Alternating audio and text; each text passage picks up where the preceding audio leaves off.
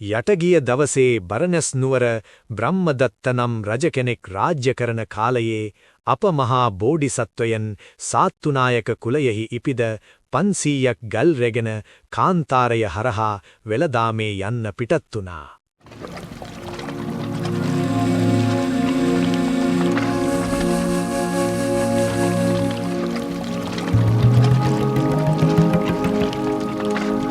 ඒ කාන්තාරයේ වැලි ඉතාමත් සියුම් වුණා. මිටින්ගත් වැලිමිට නොරැදුනා.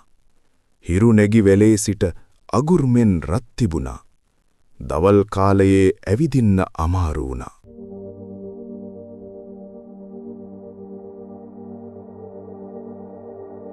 එනිසා වැලි කතරේ ගමන් කරන පුද්ගලයන් දර, ජලය, සහල් රැගෙන රාත්‍රියේදී ගමන් කර අරුණ නැගුණු පසු ගැල් මුදා හරිනවා. මඩුවක් සකසාගෙන දවල් කාලයේ එහි ගත කරනවා. වේලාසනම ආහාර අරගෙන රාත්‍රියේදී බිම සීතල වූ පසු නැවත ගමන් ආරම්භ කරනවා. ඔවුන් ගමන් කළේ එක්තරා පුද්ගලයෙක් කියූ පරිදි තරු සලකුණු මගින් දිශාව සොයා ගනිමිනුයි. මෙය සමුද්‍ර යාත්‍රාවක ගමනකට සමාන වුණා.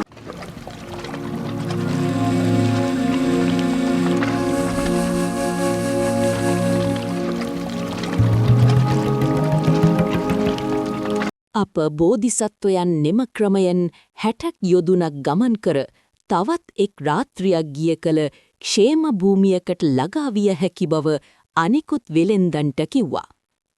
එදා රාත්‍රියේදී වේලාසනෙන් ආහාර අරගෙන ගැල් සැහැල්ලු කිරීමට සිතා සියලු දර හා ජලය ඉවත දමා ගමන් ආරම්භ කරා. රාත්‍රියේදී ගමන් කරමින් සිටින විට මාර්ගෝපදේශකයාට නින්ද ගියා. ඔටුවන් තමාට කැමති පරිදි ගමන් කළා. අවසානයේදී ඔවුන් ඇවිල්ලා තිබ්බේ පෙර දිනයේ හිටපු තැනටමයි. දැන් ආහාර උයා ගන්නත් බීමටත් වතුර නැහැ.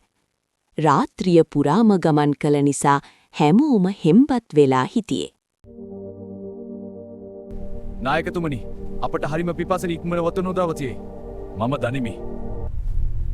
බෝසතාණෝ උදේසන ඇවිදින වෙලාවේ ඊතන පදුරක් දැක්කා. ඊතන පදුර තියෙනවනම් එතන වතුර තිබිය යුතු බව එතුමාට හිතුණා.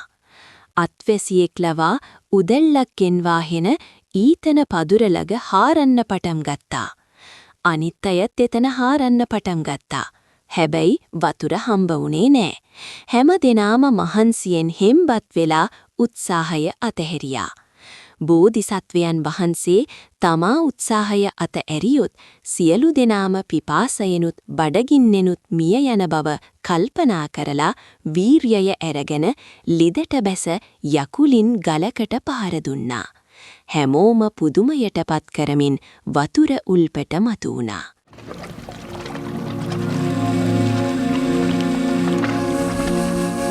සියලු දෙනා බොහෝ සතුටින් ජලය පානය කර ගැල්වලට ජලය පුරවාගෙන කැදබත් ආදිය පිසගෙන අනුභව කර මරුකතර ගෙවා නගරයට ගොස් බඩු විකුණා ලාභ ලබාගෙන සුරක්ෂිතව තමා සිටි ස්ථානයටම ආපසු පෙමිනියා. බෝධිසත්වයන් වහන්සේ දානාදී පින්කම් කරමින් වාසය කර මිය පරලොව ගියා. අපේ සක්නද TV YouTube නාලිකාව සබ්ස්ක්‍රයිබ් කරන්න අමතක කරන්න එපා.